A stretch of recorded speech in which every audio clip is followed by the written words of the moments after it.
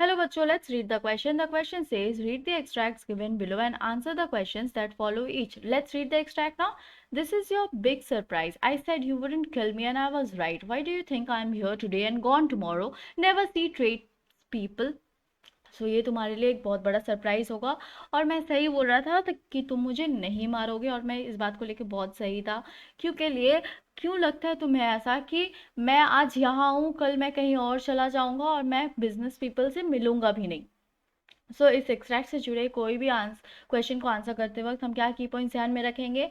Gerrard जो है वो इन्वॉल्व है क्राइम में, और वो ये बात बताता है इंट्रूडर को, Gerard was involved in crime and he conveyed this to the intruder.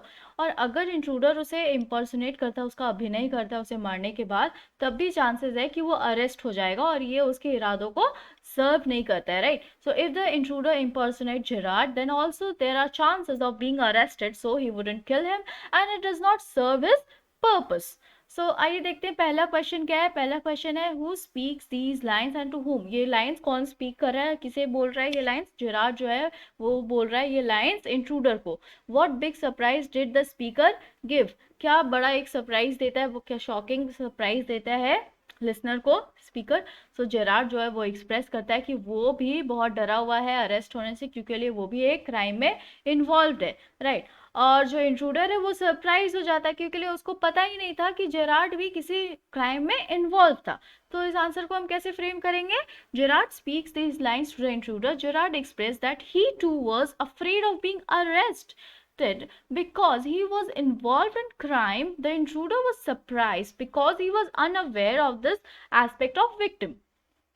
Next question क्या है?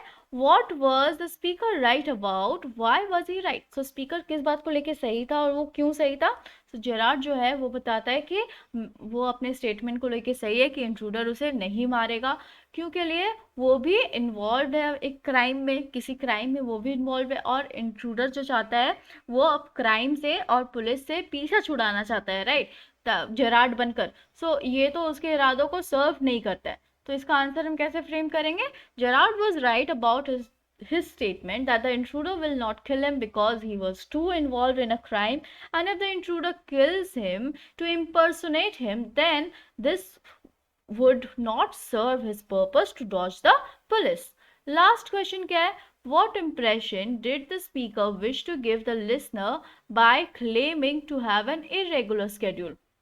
तो क्या इंप्रेशन जो स्पीकर है वो विश कर रहा है बनाने का लिसनर पे, ये क्लेम करके कि जो उसका स्केड्यूल है, उसका जो टाइमिंग्स होता है चीज़ों को करने का दिन में, वो बहुत इरेगुलर है। जो स्पीकर है वो बताना चाहता है लिसनर को, बिलीव दिलाना, विश्वास दिलाना चाहता है कि जो उसका टाइमिंग है खाने का, पीने का, आने का, जाने का, ये सब बहुत अनयूजुअल है, क्योंकि लिए ये इसके पीछे भी एक रीज़न है, और वो अवॉइड करना चाहता है अरेस्ट होने से जो क्राइम उसने किया है, राइट। इसका आंसर हम कैसे फ्रेम करेंगे? The speaker wanted the listener to believe that his unusual schedule was a purposeful attempt to avoid being arrested for the crimes he claimed to have committed. I hope you understood it well. Thank you. Best of luck.